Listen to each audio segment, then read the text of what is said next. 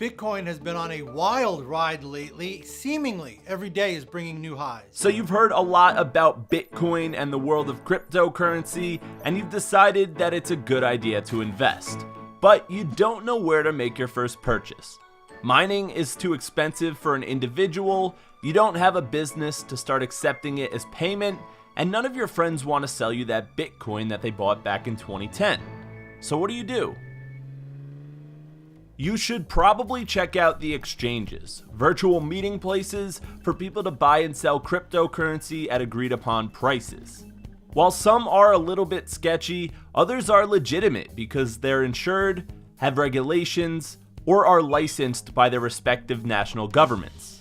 Now, they do charge fees on transactions, but these institutions provide efficient trading markets that wouldn't otherwise be available. I think Bitcoin could help us pay for that item. Many people begin their cryptocurrency journey by buying Bitcoin. For that, you need to choose an exchange that allows you to on-ramp your fiat, which is basically just another way of saying government-issued currency. Here in New York, someone can use Coinbase, GDAX, or Gemini to exchange the US dollar, while people in Korea can use BitThumb, Upbit, and Corebit to exchange Korean won. Finding a website suitable for you will entirely depend on your location and which fiat currency you intend to trade. You think this is a currency that's really going to work eventually? Well, I think it is working. Getting onto an exchange used to be as simple as signing up with an email, but with the rising popularity of cryptocurrencies and security hacks, many of them started to require verification processes for new users that can often take up to a couple days. However, once you find a fitting account, a transaction can be as simple as clicking a button, or as involved as setting the exact price and quantity at which you're willing to buy or sell. After an order is submitted and fulfilled, newly acquired Bitcoin can be left on the exchange to be moved around quickly or stored away on what's known as a wallet.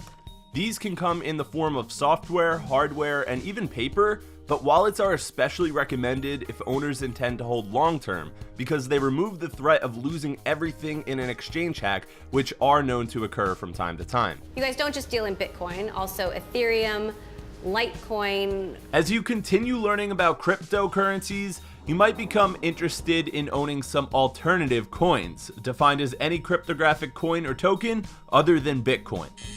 Some people buy and sell them in a speculative fashion, while others believe they'll become valuable over time after adoption in the future. Either way, there are thousands of them, and the large majority trade on exchanges that do not deal in fiat currency at all. Since you can't use cash to buy these altcoins, people usually find additional exchanges that allow them to trade the cryptocurrencies they already own for the ones they want. For example, on Binance and Huobi, you can't use yen, yuan, or any other national currency to trade. That option just isn't offered. Instead, Bitcoin, Ethereum, and a handful of other cryptocurrencies are used as base pairs, and you can use them to trade for different digital assets. Alternately, some coins and tokens can be purchased in initial coin offerings.